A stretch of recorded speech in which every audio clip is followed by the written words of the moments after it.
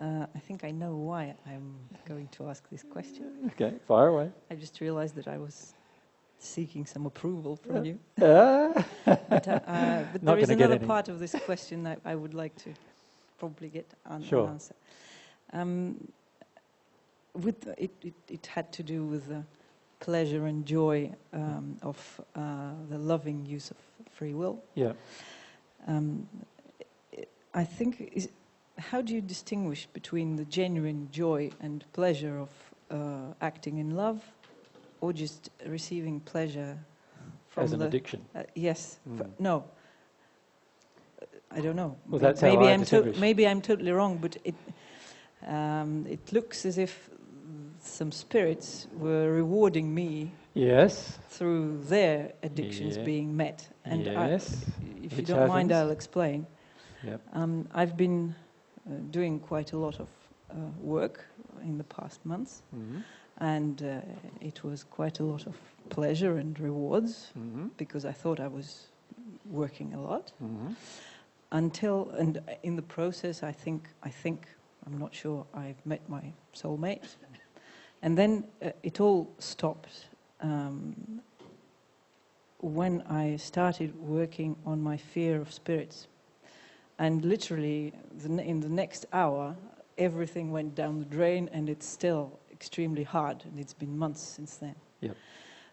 So I'm doubting now that all the joy and rewards I had received was not just them rewarding me, and every good news I thought I had was just... Was a figment of imagination, it seems now. Well, it was just fake, actually.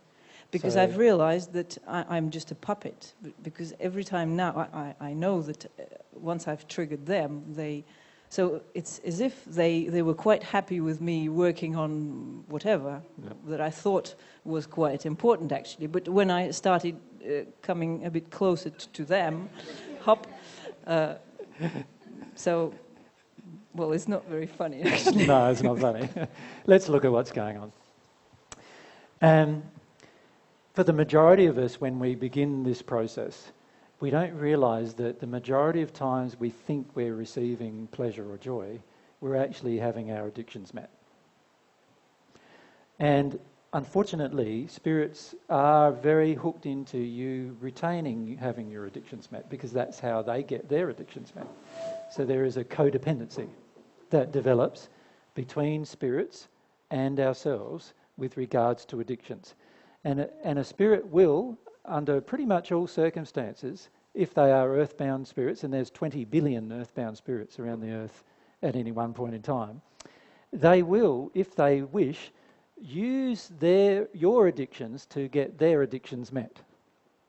So, for example, with regard to your fears, if you're suppressing your fears, certain fears that you have, and one fear you have is that you'll never be with your soulmate, right? And those kind of fears are often frequently the case with every person. You know, that we're worried that the person we're with isn't what we view as our ideal. And so what we finish up doing is we finish up having a lot of these unexpressed fears.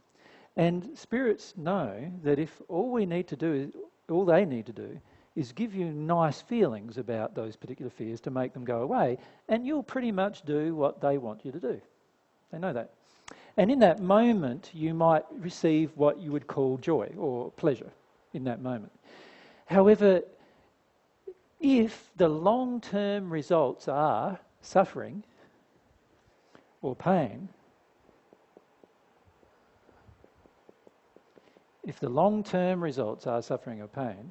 then that indicates that the original pleasure was not driven by real soul-based joy. It was driven by an addiction. So whenever you have something that you initially feel is pleasurable, but in the long term it turns out painful, one of the things that you can look at is this issue of what's going on. And for the majority of us, we are addicted.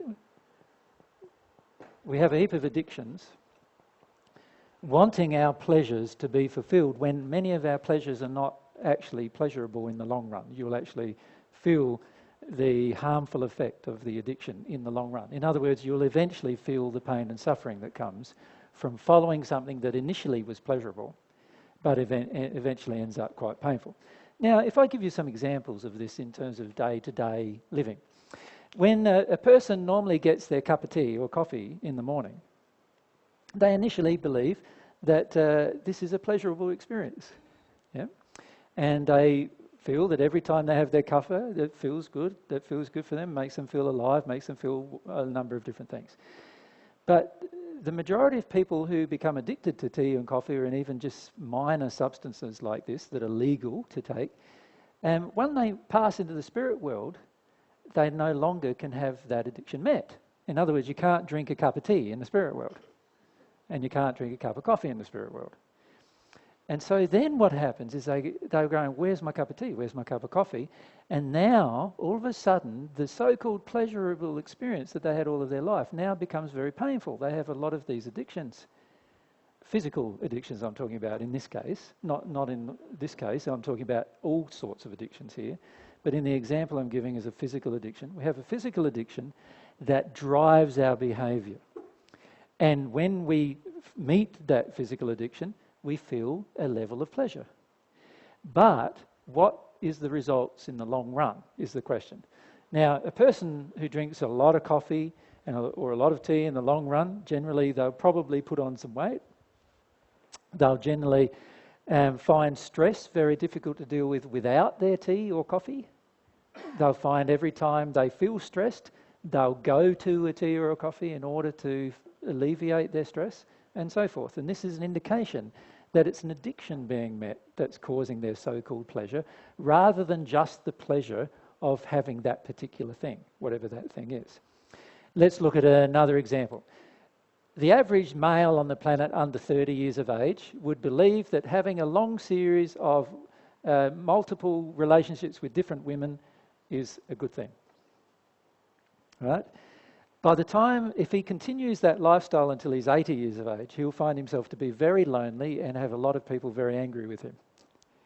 That's the long-term effect of that addiction that he thought was pleasurable right at the beginning, that's not pleasurable at the end of his life.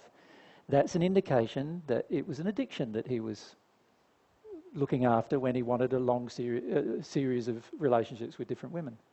It wasn't something that was a part of his desires in a pure sense. And we could bring up lots and lots of illustrations like that. Even from an emotional perspective, we can bring up these illustrations of what happens in terms of what you believe somebody is giving you. For example, if many people are addicted to feeling good about themselves because they actually feel quite bad about themselves. And so what they do is they allow other people to project at them that they're good people. And in fact, they only spend time with other people who think they're good. Right? Now, in this process, they get to feel good about themselves. But if you put them in isolation, away from the normal people who give them all of these feelings, they go downhill very rapidly in terms of how they feel about themselves. That's an indication that what the so-called pleasure was just an addictive experience that they were looking for. So what I'm suggesting to you is that every single addiction that you satisfy, that initially you believe brings you pleasure and joy, is in the long run going to create pain and suffering. And the pain and suffering is telling you that the original so-called pleasure and joy wasn't real. It was just an addiction. It was an addiction being satisfied. Now, spirits want you to satisfy your addictions. Particularly when I say spirits, I'm talking now about the earthbound spirits who have yet to actually leave the earth. And the reason why they're yet to leave the earth is because they don't want to go to the spirit world where most of their addictions can't be met. And so what they do is they stay on earth and they influence people to do things on earth so that they can share in the addictive feelings and still have many of their feelings met through this process. And so they will leverage any one of your personal emotional injuries in order to have their particular addictions met. And this is what's been going on with yourself. They've been leveraging your own emotional injuries that you're not aware of yet or that you don't want to face yet, and using them to get their addictions met. And that will always, in the long term, create pain and suffering, not only for you, but also for them in the long run.